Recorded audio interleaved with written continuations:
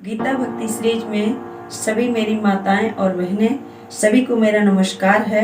तो आइए आज मैं आपको बताने वाली हूँ जो चैत सोमवार या तो होली के दिन से मानिए जो भी सोमवार पड़ते हैं उसको उस सोमवार को जगन्नाथ जी की पूजा की जाती है और उस सोमवार को टेसुआ सोमवार के नाम से भी जानते हैं। तो मैं अभी आपको पूजा करके नहीं दिखा रही हूँ, बाकी मैं पूजा की हूँ तो उस पूजा की आप फोटो देख लीजिएगा। फोटो से आपको सारी चीज़ें समझ में आ जाएंगी। और मैं आपको बता दूं कि यदि आप जगन्नाथपुरी गए हैं तो भी, नहीं गए हैं तो भी, यदि आपके घर में जगन्नाथ जी का फोटो है और वो बांस की डंडी आती हैं, 5 रहे, 3 रहे, 7 रहे, जो भी, तो उन डंडियों को और वो जो जगन्नाथ जी की फोटो है उसकी आपको पूजा करनी है। तो देखिए, ये आप यदि होली के दिन सोमवार पड़ता है तो उसी दिन से शुरू कर दीजिए, और यदि नहीं पड़ता है तो होली के बाद से जो भी सोमवार पड़ता है, चाहे सोमवार जितने भी पड़े, 4 पड़े, 5 पड़े, तो आप वो सोमवार को व्रत रखिए। और यदि कच्चा मकान है तो वहाँ पे गोबर से थोड़ा सा लीप दीजिए। लीपने के बाद एक पटा रख दीजिए।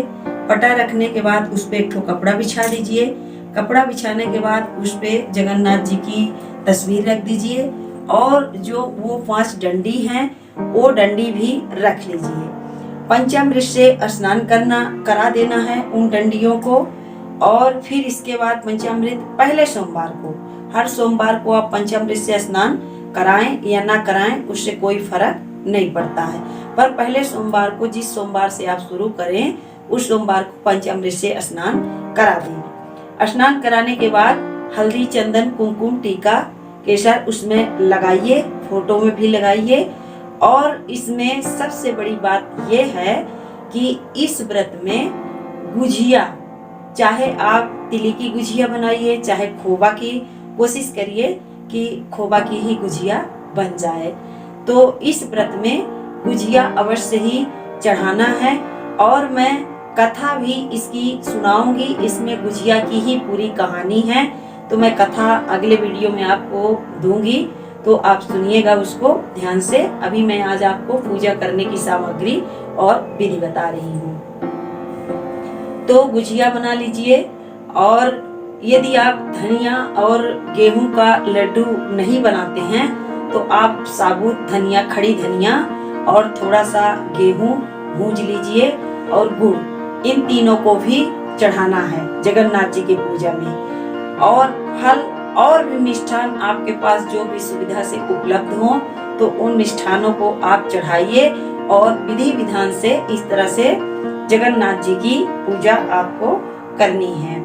तो देखिए, आज मैं आपको बता रही हूँ। यदि बताने से आपके समझ में आ जाता है तो ठीक है, नहीं तो मेरे कमेंट बॉक्स में लिखिएगा। कुछ मैं पूजा की फोटो डालूंगी, अगर उससे आप देख के कर लेते हैं तो ठीक है, नहीं कमेंट बॉक्स में आप कमेंट करिएगा, मैं पूजा भी करते समय का वीडियो बना के दूंगी और आप उसको देख के करिए।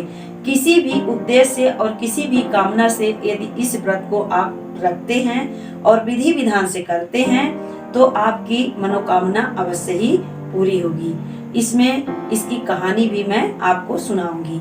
और हाँ, इसके बाद पूजा करिए। पूजा करने के बाद जो वो आटे की 2 दीपक जलाइएगा, आटा के 2 ठो दिया बना लीजिएगा और वो आटे के दीपक से ही 2 दिया जलाइएगा। और जो आटे वाले दिए की आप दीपक देते हैं तो एक किसी चम्मच में थोड़ा सा काजल ऐसे करके कर लीजिएगा, तो चम्मच में काजल हो जाएगा। तो पहले सबसे जगन्नाथ जी के लगा दीजिए और जगन्नाथ जी के लगाने के बाद वो काजल थोड़ा थोड़ा आपके सभी घर के सदस्य जो हैं उनको भी प्रसाद के रूप में लगाना चाहिए। और जो जगन्नाथ जी की डंडी है बांस वाली, तो पूजा के बाद आप उसको हर किसी के पीठ में 5-5 डंडी छुआ देना है। इससे जो भी कष्ट दर्द रहता है वो जगन्नाथ जी दूर करते हैं। तो ये मैं आपको पूजा की विधि बता दी हूँ, और यदि आप कर लेते हैं तो ठीक है, नहीं कमेंट करिए तो मैं पूजा करके भी आपको दिखाऊंगी। इस तरह से आप टेसुआ सोमवार जगन्नाथ जी की पूजा करिए। और भी जो भी आपको इसमें समझ में ना आया हो तो बताइएगा। तो इसी तरह से आप चैत में पड़ने वाले सोमवार को पहले सोमवार से शुरू कर दीजिए।